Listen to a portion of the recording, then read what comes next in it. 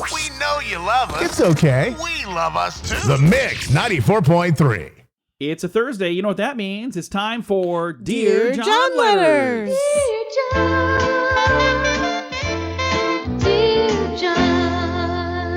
And we got a Dear John letter here. I got to get it on the right screen. Okay, I'll just turn and look at this screen instead. How's that sound? Here we go. Oh, by the way, if you want to send in a Dear John letter, we'll tell you how to do that here in just a moment. And after this fantastic advice, who wouldn't want to send it? All right, here we go. Dear John, my husband sleeps naked. When he wakes up, he showers, then makes our breakfast before he gets dressed. We don't have kids at home. It's just the two of us, so I suppose there's really nothing wrong with it, really. I'm just wondering if you think that's normal. Signed, fully clothed spouse. Well, first of all, fully clothed spouse, no, that's not normal. You're just asking me if that's normal. Is that all? Are we done here?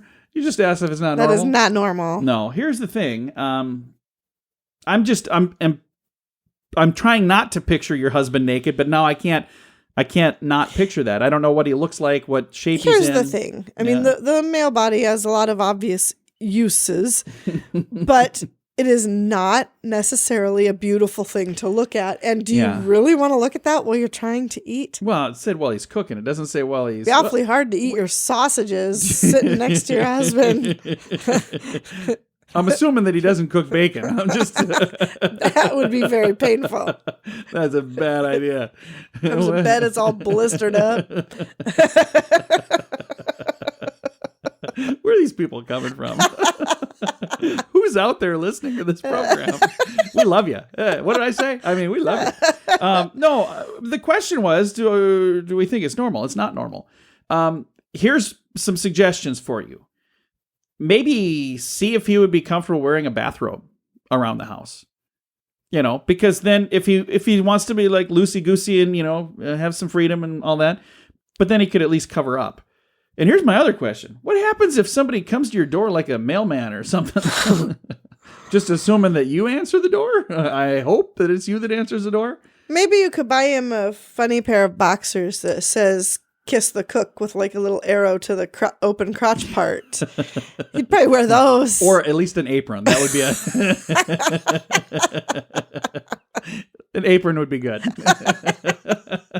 I'm just saying, as long as it's covered, that's all that really matters. I don't really know how to respond to all of this. So, anyway, the sleep naked part, I understand that, you know, but the whole making breakfast naked, that's just it's kind of a whole level of different than what I would be used to. I wouldn't feel comfortable walking around our house naked, but this is the thing. My wife doesn't believe in closing the shades. I mean, we have shades, but you won't let me close them. The other day, the sun was peering through the window into my eyes. I closed the shades, and she's like, "What's that all about?" Like, well, I don't know if you could tell. I was being blinded by the light, trying to watch TV, and I'll go open them. I'm sorry. Just move to a different spot. You have to wear sunglasses to watch TV. So this certainly wouldn't work for us. We also have a daughter that lives at home, and I don't think she'd like that at all. She would not approve. She's a She would not approve of that. Imagine me walking around the house naked. Probably not good. And I'm also just kind of wondering... But it would help her to lose weight, I bet. Me too. Absolutely.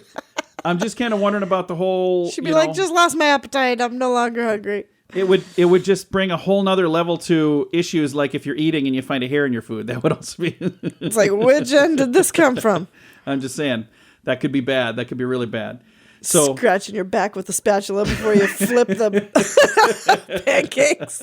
Did you want some more pancakes? No. I'm good. I'm good. You can throw that stuff out now, by the way. All right. There you go. If you've got a Dear John letter you'd like answered expertly like this one was, we can do that for you next week.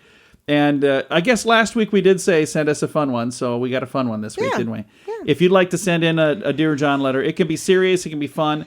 No matter what, we will answer each and every one of them through Facebook, even if we don't answer it on the radio, because we can't put them all on the radio.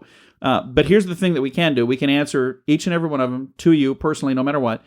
And then the other thing is we'll always leave it anonymous as well. So you don't have to worry about, you know, if you're complaining about that person at work, you don't have to worry about that person finding out that it was you because, oh, hey, it said Donna, and that's your name. And it said there was some lady named Becky that was really bugging you at work, and that's my name. So, by the way, I didn't get any letters about Donna and Becky. I'm just making up names. And if there's a Donna and Becky who work together, I was literally making those up off the top of my head. But if you would like to submit your letter for next week's program, You can get all the details at facebook.com/John and Heidi Show.